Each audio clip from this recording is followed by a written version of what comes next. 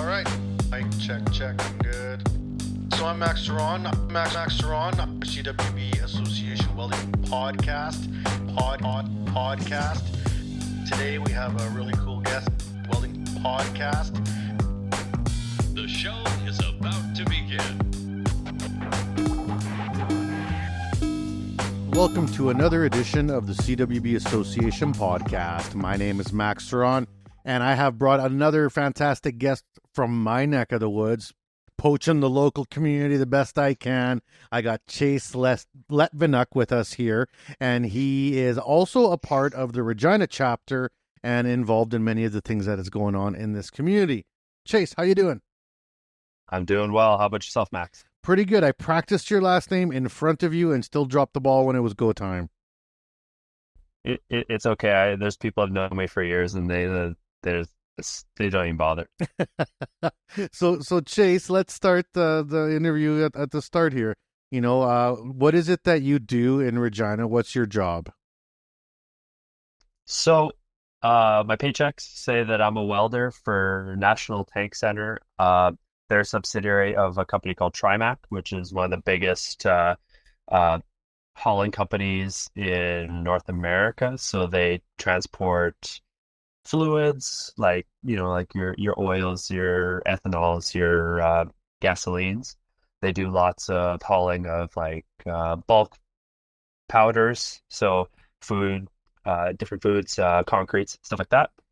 I'm also a apprentice heavy duty mechanic as well. Just try to do as many different jobs as I can, less likely for them to send me home. Well, that's a very important thing going forward in today's world is having enough skills to make yourself valuable so that companies can't let you go. Now I've known you for a number of years now, and I've seen your career path take a number of different swings. And I think that is very interesting. One of the reasons that we wanted to kind of bring you on the podcast, because I know that it's an interesting story and a story that's becoming more and more common among welders. A lot of people go into school to become a welder. They might take a welding program and even follow through all the way to Red Seal. But then 10 years down the road, they may not be welding anymore. They might be doing something different. And I think that you've had quite a bit of success in a number of different areas. So let's go back to the start and let's say, where are you from? What's your roots? Where were you born? So, born in northern Manitoba in a town called the Pas, small mill town. So they have a paper mill and they have a few other resources around there. But kind of grew up north of Prince Albert in a little town called Christopher Lake. So basically got moved there around the time I was 4 or 5. And then did all of my elementary school and all the way up to high school, or even to pre-employment welding. Went to the high school in town, the comprehensive high school called Carleton. Mostly because I wanted to be able to. They did a big push before you go to school. It's like, oh, this is the trade school. This is the one where if you like to do projects, this is where you go.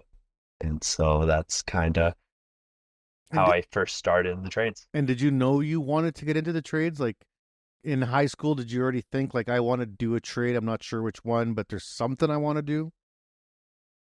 No. Well, I had ideas of different things I would want to do. But basically the thing that attracted me to it was just the fact that, growing up at that time when Discovery Channel was doing their Monster Garages and American Choppers and American Hot Rods. And I always those are just the shows I watch. So when it's like, oh, we do these courses so that you can do this, I'm like, oh, cool. I helped my dad with some projects around the house growing up, but never got to do my own thing. Mm-hmm. So that was kind of one thing that really pulled me towards that school. And going through high school, I liked a lot of the courses, did the mechanics, the machining, the welding. And there's actually a point where I thought, you know what, maybe this stuff isn't for me, because those classes were, they weren't very academically focused. So it seemed like a lot of times I was just wasting my time. It's like, okay, they give you 5 projects, you do your 5 projects. And it's like, majority of people, they take the whole year to do it. But then anyone who's a little keener or anything like that, it's like, oh, well, I'm bored half the time because I can only pad for so long because And they didn't There's have only so extra many beads you projects run. for You you. finish. Like I know that's a thing that schools struggle with, and when at the association, we try to have like even projects online for schools so that if a Mhm, student gets ahead, they got something to do. I mean, back then when you were in high mhm. school, did your high school have much for the keeners? not particular. It was basically like, you have your time where it's like, okay, we're supposed to be doing learning in class this week. So we'll be doing some safety stuff and we'll, we'll have a test on Friday. But between Monday where they teach the stuff and Friday when you take the test, it was a little more open. Mm-hmm. So me being kind of ADD, I was bored out of my mind. So like, okay, well, at least if I do academic courses, at least I'm constantly stimulated. Yeah. So what did you But do then, right out of high school then? Did you pursue academic or what happened? so I basically, well, the plan was to go to U of S, go be an engineer. That was something I was really interested in, but I kind of hit a wall partway through high school because I was working part time as just at a Staples, a lot of hours there. Plus, Mm-hmm. I was, um, doing all the sports and things like that. And I was like, you know what? I'm kind of over school. And I happened to be in the library during lunch one day, just doing some homework so I could go to work after school. And the shop teacher happened to be in there and he was like, yeah, tell me about your welding stuff. And then he started talking like, yeah, maybe I will do that. And I ended up just signing up for SciAst instead. I was like, you know what? I can do that. That only takes 8 months, only cost me $2,500. That's pretty okay. So you took the SAS Poly or SciAst course then in Prince Yeah. Albert. Yes. Yeah. You And betcha. it was 8 month or the 8 month course you said. So that's the Yeah. 34 weeker. Yep. And how did it Yeah. feel? Yeah. It is. I liked it. Like it was it just seemed like something that fit.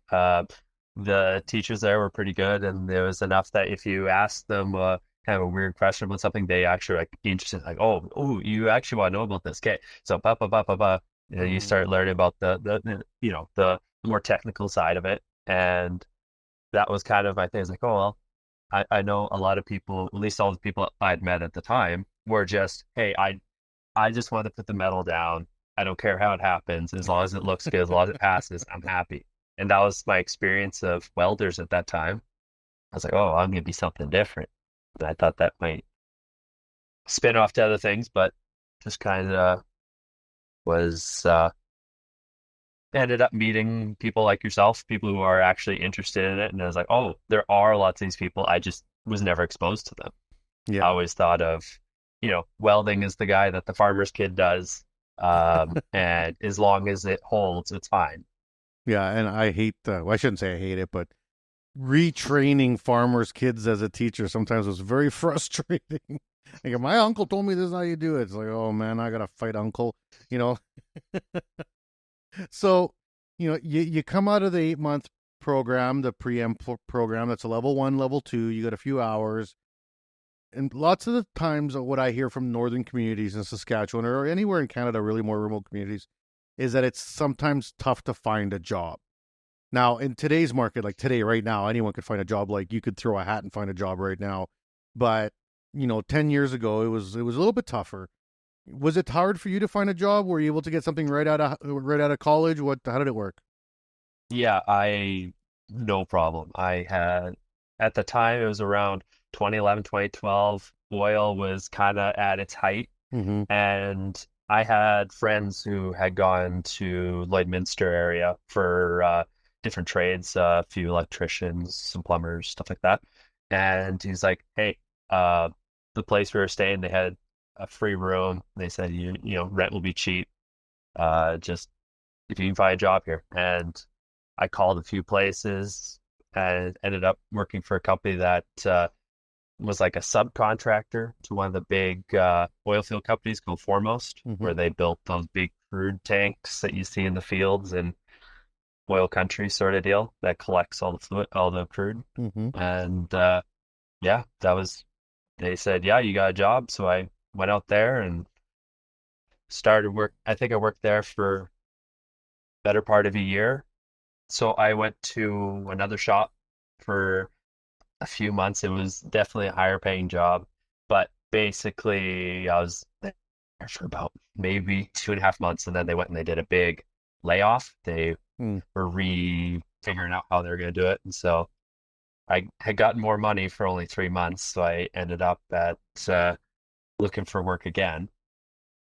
Um, Ended up I was off, about a week, trying to find work, and ended up everywhere I applied. They're like, "Yep, sure, here's a job. You want it," and ended up being job at Advanced Engineer Products at the time Mm-hmm. at Lloydminster. They basically like, "Oh, we've already done your criminal check, your paperwork's done," and I hadn't even accepted the job yet, but so I just kind of went with it. I was like, "Oh, that job sounds kind of interesting. Get to do a little mechanical, a little welding, stuff like that," and ended up staying there for like 4 years or so.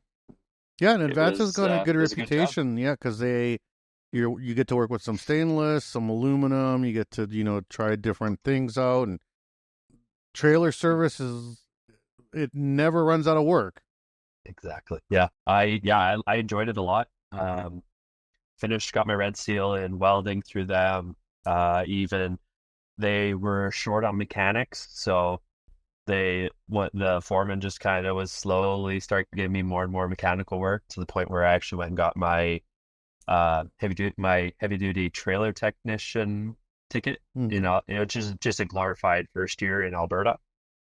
Uh, about a few months after that, I was like, okay, well, I want to start working on trucks. Might as well keep on going. Found another job. Again, it was, paid well. But it was actually just working for a guy who had a mobile rig. So I was Okay. just like kind of his hand. Mm-hmm. Uh, but after a couple of months, there's just my skills weren't what he was looking for. He was looking for someone who was more experienced. He was just hoping he could get a first year and pay him like a first year But he and wanted the have work someone of a who's going journey to do person. journeyman. Yeah. Exactly, yeah. So I just remember there was a job where it's like I did a clutch one day, and then the next day he had another one for me. And there's a couple times where I had some questions, and it's like, we just did one yesterday. You don't remember? I'm sorry, I don't remember what 80 thou feels like, and you don't have it, and your dial gauge is broken. So that's our deal. So Yeah. that didn't last very long, and that kind of had me just kind of looking like, hey, maybe there's something else I should be doing right now. And I kind of took some time and And you're still in was Lloydminster at in, this time. You're still in this area the yep, whole time. Yeah. still in Lloydminster, but there was kind of some pulling towards Saskatoon at the time. Um, Mostly it was just family reasons. Just it wasn't far, but I found myself driving to Saskatoon quite a bit, Mm-hmm. and a job with Liquid Air or Air Liquide opened up. Just working on their sales desk, just inside sales job, and it was going to be a drop in pay, but I saw some good potential there. And talking to the manager at the time, there was a lot of good growth opportunity, if not at Saskatoon, in Mm-hmm. the Midwest, so Saskatchewan, Manitoba area. And so I went off, started working my career at Liquid Air. So a lot of people in the industry, and it's something I always tell students, end up in sales, and it can be in a variety of roles. Like pretty much everyone at Lincoln was either an engineer or a welder, right? Like that's just, and I actually have heard from like top brass that Lincoln is looking to hire more welders to be sales reps because they find that they have a better retention and better service for shops from welders that become their sales techs as opposed to engineers. And I know Air Liquide, Praxair, Lindy, Messer, Valen, they all have Red Seal welders, Red Seal mechanics on their service lines, in terms of doing service work or sales work. But in your mind, when you're like, okay, I've been welding, I dip my fingers into mechanical. I like mechanics. Um, you know, how did you think like I'm gonna apply for this job. Like, I don't know if I would have even looked at it and been like, man, not for me. Like have you done sales before? Did you already know that you were good at it, or did you just walk in like a pigeon with a blindfold? Like, I don't know what the hell is going on, but I'm gonna do something. Yeah, I did have sales experience when I was working at Staples. I was actually one of their better selling, like for the electronics, so laptops and Mm-hmm. computers, all that stuff. I'd done some technician work for them as well. So I've always been kind of just interested in learning all the facets to whatever I do, because like you said, if you can do 5 jobs and the next guy can only do one, well, when it comes down to we're a little slow or Mm-hmm. we need someone to move up, they're going to go for the guy that can do everything, not someone who's this and that. And I think that kind of a work ethic my dad's kind of put into me growing up. Yeah, He's always something. be useful, right? You want to be the best tool in the toolbox. Exactly. Well, and yeah, and you can definitely have people who are really good, like much better than me in one little spot. But if you just need something fixed, well, sometimes there's like you going back to working at events. If you got, if you just need this big, 6-inch weld, but it's in a place where you have to take a whole bunch of mechanical stuff apart, you're gonna send the guy that can take it apart, weld it together, and then you don't have to have multiple people in the same job. Yeah, no, and that's huge. Being able to have one person do many roles is just a time saver. Like, it's just logical, right? Now, when you made this move to the sales desk, did you feel like you were kind of stepping out? Because it's not like you went to work for Mom and Pa's convenience store. You went to work for Air Liquide. It's like probably like one of the big three, suppliers in Canada, if not North America, and a very old established company. Liquid Carbonics goes back over 100 years. They were a part of the original signing of both AWS and CWB Association. So, like, I mean, this is a storied, historic company. Did you feel like it was easy? Like you just dropped in and like, yep, show me? Or was there a lot of training that was required? There was a lot of uh there's definitely a lot of process to everything. And that's one thing I've found with big companies in general, like even the company I work for now, Trimac, it's very much it's a big process to do most things just because they have all this history, all this legacy and stuff. But as far as getting the job, it wasn't too bad. I think they like the fact that getting someone red seal welder, getting someone who's has a history in sales, someone who is somewhat technology savvy, like yeah. Don't say you're too good at technology. I've seen you on some other projects, so I could usually figure it out. How about that? Yeah, it just kind of seemed like a win-win for them. And I was actually only in the Saskatoon branch for about 6 months before they actually asked me to move to Brandon, Manitoba. So they needed someone to be, they call it a coordinator for the branch. So making sure that your inside and outside sales teams are working together, making sure the driver's doing what they need to do. Yeah. Basically manager stuff without being able to fire and hire people. Which without the money, is a little bit of a blessing because the HR side of things is when things get real bureaucratic. But so like you're kind of a rolling stone right now. Like, you're coming out of the PAW. Where, I got friends from the PAW. That's a beautiful part of the country, but it's been struggling financially for a while now. The paper mill shut down, so it was a big deal. You end up in Lake Christopher Lake, which is beautiful again. Over to Lloydminster, then to Saskatoon. And now you're getting shipped off to Brandon. Like, good thing you didn't have a lot of stuff holding you around. Like, I mean, and this is for the people that are looking to get into these lines of work, that there is movement that's required. So if you got a young family, things would get pretty complicated, right? Yeah. And I haven't even moved to Regina yet. Yeah. So you're in Brandon, you're coordinating, you're helping, you're kind of leveling up within Air Liquide now. What happens now? I'm at the point where I'm already looking at going up to the full outside sales, covering a large area sort of job. Mm-hmm. I had been talking to some of the guys who were about to retire or that we're looking at. And so like there's opportunities coming up in Winnipeg, a few other places. And actually Regina wasn't even on my map for a while. But then there was essentially one person was let go at one point, and so it was a 2-person territory down to one guy. Mm-hmm. The guy did it by himself for a little bit. And it was like, this is too many kilometers for me. And he actually moved on to another company as well. So it was kind of oh, hey, we need someone quick. So Right I now. legitimately had 2 weeks. I was coming to Regina for the farm show or the ag progress show. Yep, the I think. farm program show. Yeah. Farm progress show. Yeah. There's so many names that are so Mhm. similar.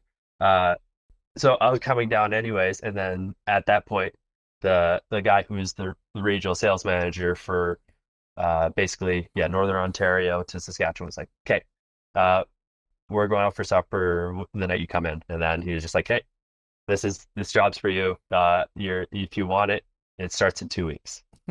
Like, oh, Pack your stuff. so exactly. So it was basically just like me going, okay, looking on Kijiji that night and like, okay, line up this place, this place, this place. Hopefully I can find a place to live. Sort of deal. And yeah, Well, that's it what sounds brought like me your to Regina. boxes probably weren't even unpacked from the previous trip. You probably still had everything packed up. I was in Brandon for about a year and a half, almost 2 years. Okay, so So- knowing single young guys, yeah, your stuff was still packed up. It was still packed up. There were things in boxes. Yeah. The clothes and the weights are out. Everything else is still put away. Well, that's what holds the TV up. All right, so then you move to the thriving metropolis of Regina, right? Yep. Which is the capital of all things small.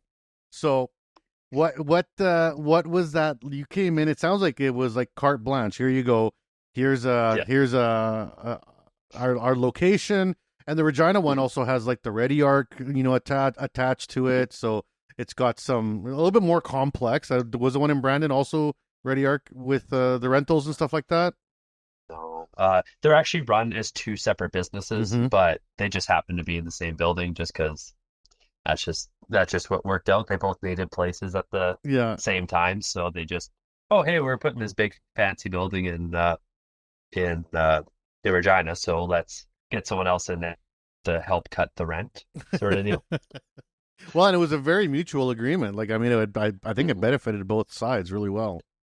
Oh, for sure. Yeah, it's and really, there's how many times where something happens where a guy comes in and he's like, I just dropped off my machine to get fixed. He says it's gonna be 2 weeks. Like, do you guys have a new machine I can buy? And it's like, okay, well, we have a machine you can buy, or you could just hand off to the next guy and be like, hey, this guy can rent you a machine for a month if you don't need to, Mm-hmm. because a lot of times they want to buy something small, a little MIG or something like that to get them going. It's like, okay, well, here you can get rent the exact same one you usually have. Mm-hmm. You don't need to worry about pinching pennies. Yeah. But that goes both ways too. Yeah. So when you came in to Regina, Yeah. you this is kind of when I met you, right? Mhm. So how did that happen? Like, remind me how I met you. Because like you weren't a part of the chapter in Winnipeg, were you? No. No. And you weren't a part of the chapter prior to leaving Saskatchewan. No. So essentially, was kind of in a situation where like I don't know anybody. I didn't know the area that well. I think I'd been doing the job for 6 months or so, and my manager at the time had just like, okay, well, let's try focusing on certain areas. So like, I would go for egg production. There's so many places that build egg, and we had a few customers like Mhm. your Right Ways, your Morris Industries at the time in Yorkton and a few other places. And so like, focus on egg. And then it came to the point like, hey, focus on schools. And that was one thing I figured. It's like, hey, if I can try and get into SAS Poly and try and present my stuff so that the students, they think of liquid air first, Mm-hmm. then that might be a good stepping stone because, like, they're going to start as welders, but they're going to eventually be foremans, they're going to eventually be lead hands, and they're going to have a little more of a say. Or if they just need stuff for themselves, they just need gloves, they just need a box of rods so they can practice. So I think that's when I'd met you, as I'd come into the school, and then I'm pretty sure you mentioned that the Weldcom, the opening night was like that week, and I was like, oh, cool. And I said, I think to my boss, I'm like, could I expense this if I do it? And he's like, yeah, for sure. And then I think after that, you guys had like a Lincoln and a Fronius night, and I was like, man, this is awesome. I think I met Kevin during that too, Mhm. and kind of started like, oh, hey, there's some coming back to, when I thought back in the day, I would think of welders as just people who want to glue things together. All of a sudden, finding people who are passionate about it's like, oh, people interested in this new stuff. Like, I would see something working for Liquid Air, being like, oh, Lincoln has this new technology. I would love to see it in person, but You don't get the opportunity. it's hard to Yeah. exactly. Yeah, if you don't happen to be in that situation, all of a sudden it's like, oh, hey, I can go to these things. I can talk to people about welding stuff, and they're not just sitting there thinking, okay, when's this guy going to try and sell me something? Mm-hmm. Because that's always been the thing. I like talking about welding, but when you're in the sales position, they're just waiting for you to give them a price at that point. If you just want to talk about something that's cool, yeah, no, they don't usually want to talk to sales guys about that. Mm-hmm. Makes it sound like you're trying to pitch them on something. Well, and that's the thing that, it's so inherent about the association and the chapters is like, when you move, if you go to a new area, you just like the chapters will immediately introduce you to a whole pile of people that are into the same stuff you are. You know what I mean? Like, Mhm. and 100%. and that's what we're doing. And I was teaching at the college when you came by, and I can't stress enough. I just had a meeting with Sebastian the other day. We went out for supper. Sebastian from Lincoln, Sebastian Tremblay, Mhm. and Yep. we were talking about how important it is for salespeople. The from every sales company, like it doesn't matter if it's Messer, Lindy, Valen, whatever it is, but getting involved with your local chapter gets you in the schools, it gets you in the small businesses, it gets you into the presentations, it gets you out there, and it's easy. Like it's all set up already. Like it's minimal work. And let me tell you, the students love when you like yourself you did, and before you, Todd from Praxair used to do these like packs. Okay, first day of school, you go to school, you don't know what the hell going on, but the supplier has it already set up. Hey, come by our shop. We'll give you a toolbox with everything you need in that toolbox at a big discount, $150, and it's got everything you need to get rolling. That makes it so much easier for the students and takes so much of the stress off. 100%. 100%. Yeah, because and really, like, when I went to school, like, for pre-employment, I had no idea what I needed. Like, Yeah. they gave you a list, but it's like, oh, you need 6 pairs of gloves. Okay, what's a good glove? What's a bad glove? What am I going to burn out? And found that out pretty quick, especially when you're first starting and you don't know how close Yeah. putting your hands on hot things are going to affect your gloves. Yeah, helmets and gloves. Your first helmet becomes a puddle, and your first gloves burn real quick. Grabbing hot steel, teaching kids, stop grabbing the hot steel. Use go get your vice grips, for crying out loud. Stop grabbing. Yeah, I know it smells kind of like barbecue, but don't. Your gloves are too expensive. $30 a pair to buy them. Like nobody wants to waste that. Like, No, not at all. all right. Well, it's a perfect time to take our commercial break. We'll take a quick break here for the advertisers and sponsors of the show. And then we'll come back with a little bit of, what happened after Air Liquide and, what's going on in your life now. So stay tuned, everybody, with Chase Lettvenuk here from the Regina chapter and from National Tank Services. The CWB Association is new and improved and focused on you. We offer a free membership with lots of benefits to anyone interested in joining an association that is passionate about welding. We are committed to educating, informing, and connecting our workforce.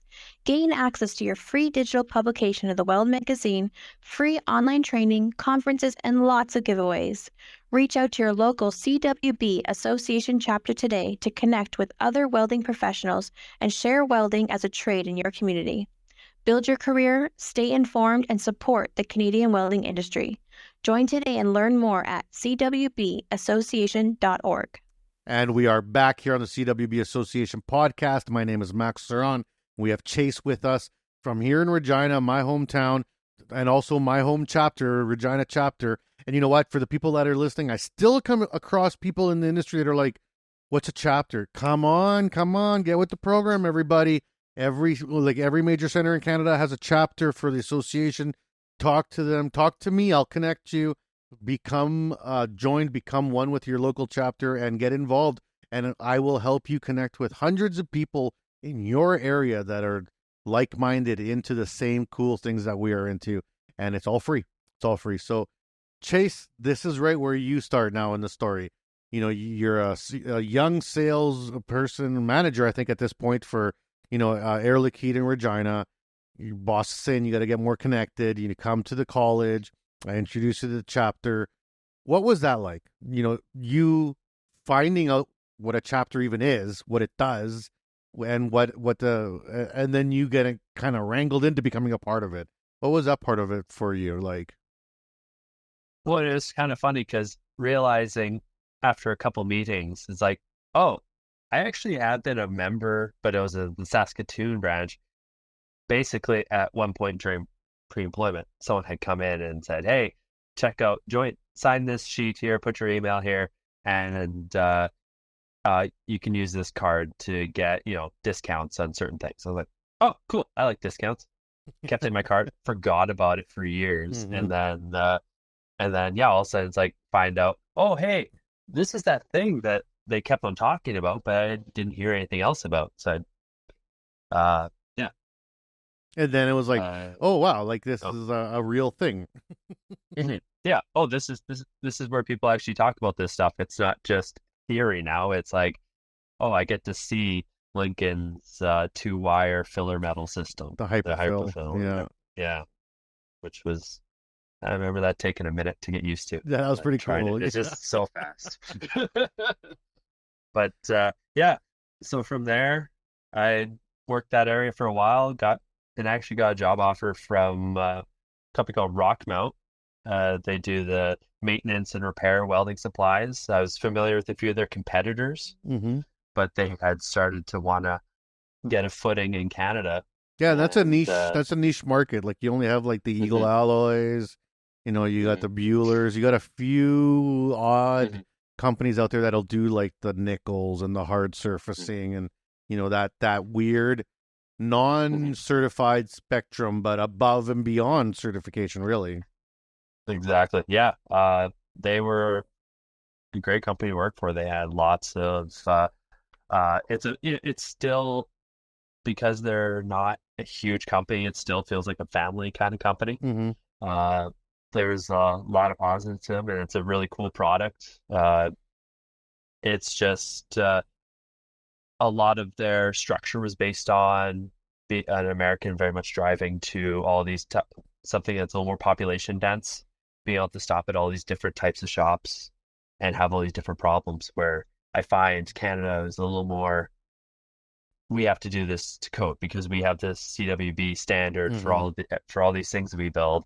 So we assume when we repair stuff, we're going to need to go to that level, which is a great way to think. But it makes for a lot of driving. It was a little too much for me. And I kind of, after a few months, driving out to BC and just kind of burnt out, getting kind of burnt out, finding that I was like, ooh, every 2 weeks, every month, I'm having these days where I'm just not there anymore. It just wasn't my thing anymore. Had to say, hey, sorry, we tried. We got some good milestones, but I won't be the guy to be able to do this. I'm a homebody. I like to be home every night. I like going to bed at a certain time. So I started looking at some other opportunities, and I think I had done a few interviews, job tests at like Brant, the big production shop in town. Figured that'd be a good ladder to climb. And ended up National Tank posted like the day I basically was like, okay, I've gotten a few options. I got a management position offered at a local gym. I got other positions for different jobs that keep me here. And National Tech, I'm like, oh, that's almost perfect because I loved working at Advance and Lloyd. Mm-hmm.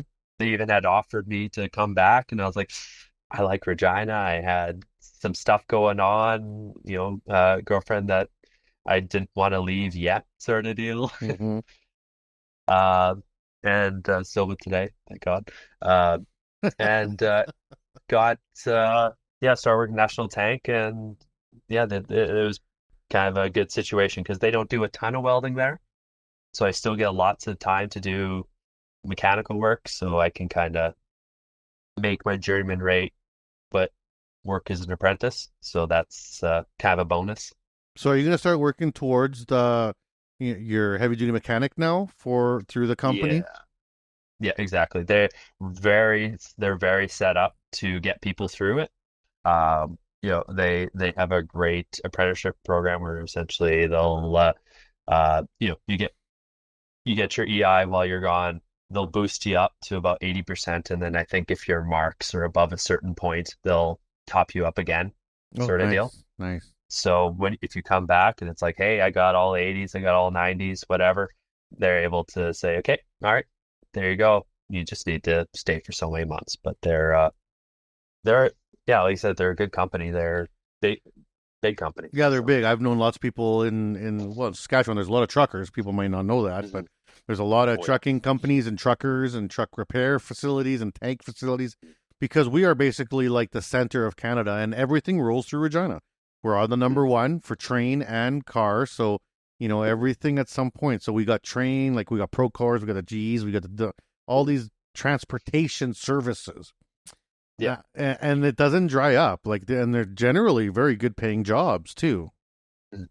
Yeah, it's pretty reasonable. Like, it was the best offer I'd gotten. It was as close as it matters to $40. So good. Yeah, it's pretty. Now, have you gone back nice to do your rounds of school? Have you gotten back in the desk yet for heavy duty mechanic?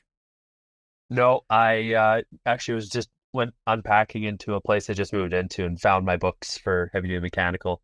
I'm not signed up yet for my next bit of schooling. Mm-hmm. I think I need a few more hours before they'll let me do that. And I'm pretty sure once I just get my boss to sign a piece of paper how much I've done, it should be fine. But because I've been there for about 8 months now, roughly. So I should have enough to at least get me close. Do you miss sales at all? Do you miss that world at all? Like you were in it for a number of years, and we had a chapter member on in the chapter before, Dylan Holloway, who also was a welder who went to sales and then went back to welding, so like, do you miss it or you had enough? I am glad I had the skills I got from it because, just learning about business as much as I did from talking to people at big multinational corporations, you find out all these cool things, and all of a sudden you come back to welding, and it's just like you can appreciate more things. Mm-hmm. So some things where it's just kind of like, oh, we do things this way. It's like, oh, well, because I've seen both sides, I can be like, okay, I can understand their decision for this because they have all these criteria to meet. Mm-hmm. Or I can say it from the other way too, where they've always done it this way, and you realize, oh, you can do it this way because I've seen the product or I've seen the service, and they're like, oh, that saved us money, and it doesn't seem like it's a big push because I'm no longer a sales guy, so I just have those skills. No, and really, that's very true. Those are very important skills. Mm-hmm. And really, every job has sales involved with it. When a job's brought into you, you have to sell how you're going to do it, or if they're trying to say, hey, we want to save money, we want to do this repair, and you have to be able to add the value of what is the benefit of doing the proper repair versus the Band-Aid fix, sort of deal. Like Band-Aid fix might get them through safety, but next safety comes around, that's going to be a lot more work now. Yeah. Now, do you ever find yourself being an encyclopedia now that you've been, sales for a couple different companies? You can be, like, oh, hey, you know what? Part number 793-11442 would be the perfect product. I think it was last listed at $17 a pound. You know, like You know what? I haven't had that exact thing, but there are times where it's like, oh, going up to your supervisor and being, oh yeah, we need some 11T052s. What? The zip cuts. Are you sure that's the part number? Can you bring me the box? I'm like, no, that's the part number. Trust me. I know. I know. Yeah. No, that has come up a couple times, but it's not a regular thing. But it did build up the skill of when you go to charge parts out, there's more parts I know the numbers of just because, you've built the skill. So it's like, oh, okay. You start noticing all these different tendencies. So it's like, oh, no, that's not the right one because that digit there means it's for a tapered spindle, not a cylinder or spindle. Oh, okay, that's what that means. Well, Sure. and it's interesting because years ago, when I first got one of my first supervisor jobs in a welding shop, I had we hired this young kid, and he had come from sales. I believe he came from Praxair at the time, and he started in sales, was selling welding stuff, and then got interested in welding, then went to school for welding and became a welder. And then he came to work at Brandt, and he was on my team there.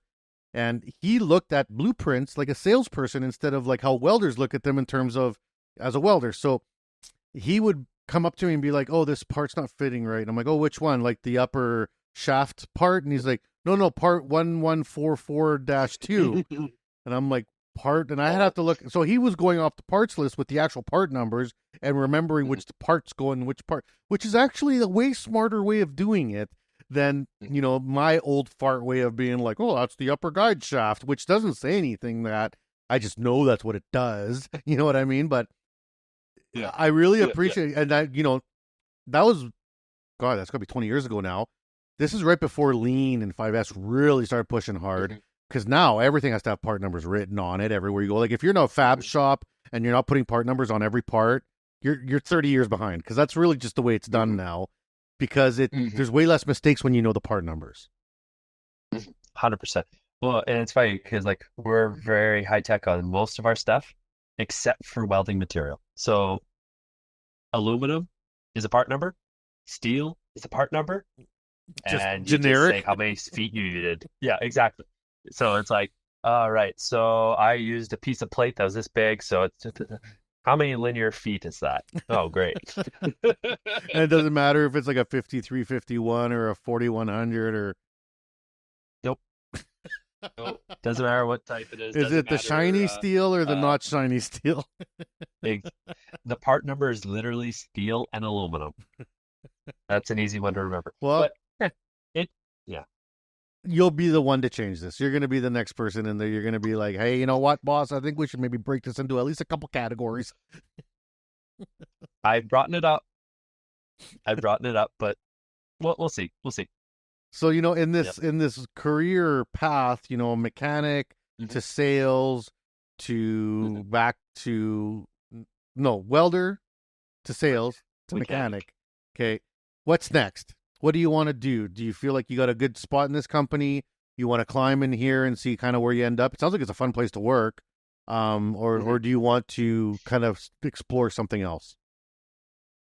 Currently, it's the plan A companies for me is always to move up. I've talked to them about we're basically building up the Regina branch, just getting more good hires. Just because a lot of times we can't keep up with our customer accounts, and that's what gives us money, as opposed to fixing Trimax just to write it off for Trimac more than anything. We're just a maintenance crew then. So as that grows, there's going to be a new foreman position coming up. There's more lead hand positions as well. So I'm already in the running for our next lead hand position once we get a couple more people. And yeah, that's the goal, is to get another red seal, have my on-road heavy new mechanical and my welding, good combo. And if I want to go and do my off-road stuff too, that might be a good option too. And a lot of the training is pretty relevant for even national tank too, because like a lot of hydraulics on your boom trucks, your vac trucks, anything like that. It's all relevant information. No, for sure, 100%. Like I worked for a hydraulics company building cylinders for a couple of years. Superior Hard Chrome it was called. They were mainly a chroming shop, but they had a cylinder division, and that was when I probably got some of my best experience in working with exotics, chrome, nickels, stainlesses, and then working in the crazy high tolerance world of cylinder repair, where you'd have these $1 million cylinders come in, and like the one eyelet's screwed, and you gotta remove it and replace it and put it and weld a new one on without throwing this thing out even 1/1000th of an inch, or else it's screwed. And those are when you're working, there's a millwright, there's a hydraulics guy, there's and everyone works as a team. You learn so much because you're learning from everybody. And when you're not welding, you're on the tools with them, because then you're just there and you're their helper. And they're like, you take these lines apart or drain these, and then you see even accidents. Like I saw a ball bearing go through a guy's leg once because he cracked open a fitting with things still under 20,000 pounds of pressure, and well, that's not going to work. No. Well, it's funny too, just talking about tolerances, because like a lot of stuff that we do is just, a lot of maintenance, a lot of repair work. And you're like, oh, it has to be within this percentage and this percentage. Man, I don't have blueprints for half my stuff. It's like, we need a place to put wheel chocks. Everything's covered on the side here. Can you fab something? And it's like, okay, well, I can't do the design I did last time because there's something there. And so you're trying to figure out all these different things and using the material you already have, because they don't want to buy new material for that one job. So it's like, okay. So you end up with super thick material holding this little thing on. It's like, okay, well, it works. Outside the boss's office, cutting down the hand railing. We need some pipe, Not quite that far, but almost. No, and I remember being on site once we were doing a conveyor system up in northern Saskatchewan, and we get out to this job, and I even thought on the way up there that it was weird because we weren't taking a truck with steel with us, and then we got told the materials were there. We get up there, and when we get there, the first thing our lead hand at the time, because I was like 19 or 20, is like, all right, so where's the materials? They've been dropped off already. Oh yeah, the materials are all here. Okay, where are they? They're over there. And he pointed to a structure of the old setup, and that's where you're getting your material from. So it was all just torches and zip cuts, and we had to cut apart the old one to build the new one. And I was like, wow, but man, you learn lots. Oh yeah, you can save them. You can save stuff. Yeah. Is it worth it? Maybe not, but sometimes parts are a month out. Yeah, well, and especially northern remote Saskatchewan, you're not ordering steel and it's getting dropped off in an hour. When you live in the city, you get spoiled. Like, oh, we ordered 40 feet short. Oops, you can get on the phone and 40 feet will show up by the end of the day. You know what I mean? Yeah. Or you can even just jump in your truck and go pick it up for work. But when you're up in the middle of nowhere, it's like, I remember we were running stringers for stairs, and they had all these old stairs that we had cut off, but we were like 2 steps short. And he was like, well, I think Bob, 2 farms over, has a couple stairs from one of his projects that came apart. Yeah. Like, oh no, here we go. Like we're going to be trespassing somewhere to steal 2 stairs. Yeah, exact. Oh, so many weird things like that. Yeah. Yeah. So, for the people listening, let's try to do the association pitch, because you are on the executive for the Regina chapter, and you do great work, and well, all the chapters in Canada do great work, and obviously I have to say that, but I believe it, as the past chair for Regina and just across the spectrum of what the jobs are. Let me break this into 2 sections. 1, what do you get the most? What satisfies you to keep you on the board? Because it is work, and you don't get paid for it. It's volunteer work, and it can be stressful sometimes, and things can be a little bit up and down, and you're working with volunteers, and it is what it is. But what keeps you here? What keeps you in the Regina chapter? I think the main thing is just the fact that as I grew up, like welding didn't really seem like as much of an option. Like I went to high school thinking like, oh, I want to try this for the class, but I never thought of it as a career at the time. I just like everyone else been told, oh, you need to go to university. Hence why I was lead towards an engineer. But then also really, oh no, you can still do all right and not need tens, hundreds of thousands of dollars of debt. You can do well, and it's not like, oh, if you're a welder, you're stuck as a welder for the rest of your life. How many things have I done, and I'm 30. So, Mhm. and that's it just kind of shows like those skills are very transferable, and that's one thing I've learned throughout all the jobs I've done. It's like as long as you care and do a little bit, it's always gonna be useful later. You can always you might not need an exact detail, but the principle you learned from something is still going to be useful. Mhm. That's awesome. Yeah. And then That's the second part of the question is, what do you see for the chapter going forward? What would you like to see the chapter do better? What could the community do better for the chapter? What's the future for the Regina chapter look like for you? well, I've been wanting to just use the chapter as a good place to uh start figuring out events and things like that we can do to, for one, let the people who are coming to the events know about welding, what kind of opportunities, what the CWB Association could do for them, sort of deal. And also just as we're getting those funds, as we're building these things, is just helping out those schools. So when you do have the caterer who is a little ahead, he might be able to find out, oh, hey, here's some material. There's this thing called Skills Canada. This is one of the things you need. This is one of the things you can do. And then all of a sudden they start learning. You get one all-star at a high school. Now all of a sudden that program gets more funding just because we're trying to push more awareness of like, hey, trades aren't going anywhere anytime soon. You're always going to need stuff glued together. You're always going to need stuff rebuilt. It's a good job.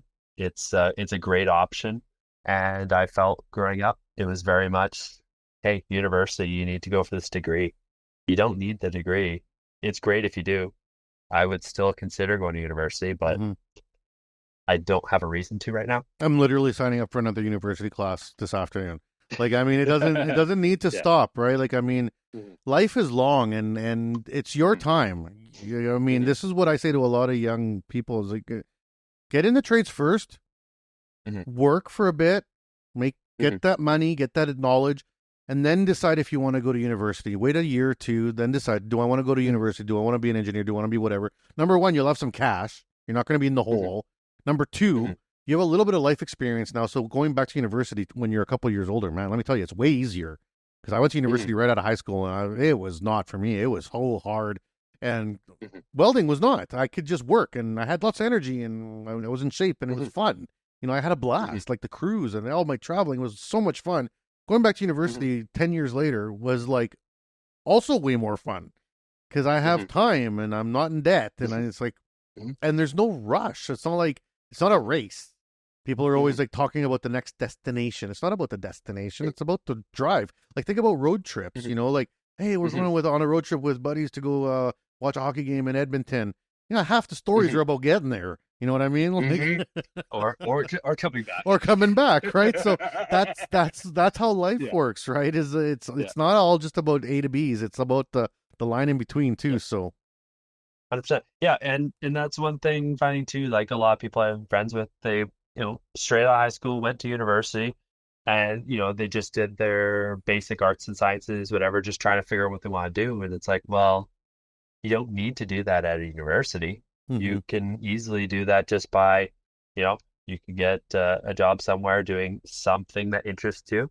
And hey, maybe in 2 years you didn't like it, but now at least you've tried something, as opposed to I went to school and I still don't know what I want to do, and I'm been there for 3 years. $30,000 in debt. 30 grand in debt, yeah. All right, man. Well, this has been a great interview. I really enjoyed it, and I really appreciate you taking the time to talk to us here. For sure. No, it was awesome. It's I have to get caught up on some more of these episodes. Any shout outs for anybody? Anything you want to say or push or promote? Not overly. I don't really do too much on social media or anything like that. I just like talking about welding, and I like a lot of people in the Regina chapter here. I think what the association's doing in general is good. It's great. It just seems like it's growing and it's going in a good direction. Yeah. Awesome, man. Well, I appreciate it. And I got a thumbs Cool, up from thanks. Chase, so I'm good. So I'm not fired yet, so we're good. All right, man. Well, thanks a lot. And for all the people that have been following along, I hope you've been enjoying the podcast. We're creeping towards that 100th episode, and we got some special news coming out in the next couple of weeks for the 100th episode. So stay tuned because we got some stuff. We're making some deals, and there's gonna be some crazy stuff going on around here. So keep following along. And again, also I know Chase, you're not on the socials, but follow us on the socials here for the association because we got some announcements coming out soon. So thanks a lot, Chase, and thanks to everyone that's been tuning in. We hope you enjoyed the show.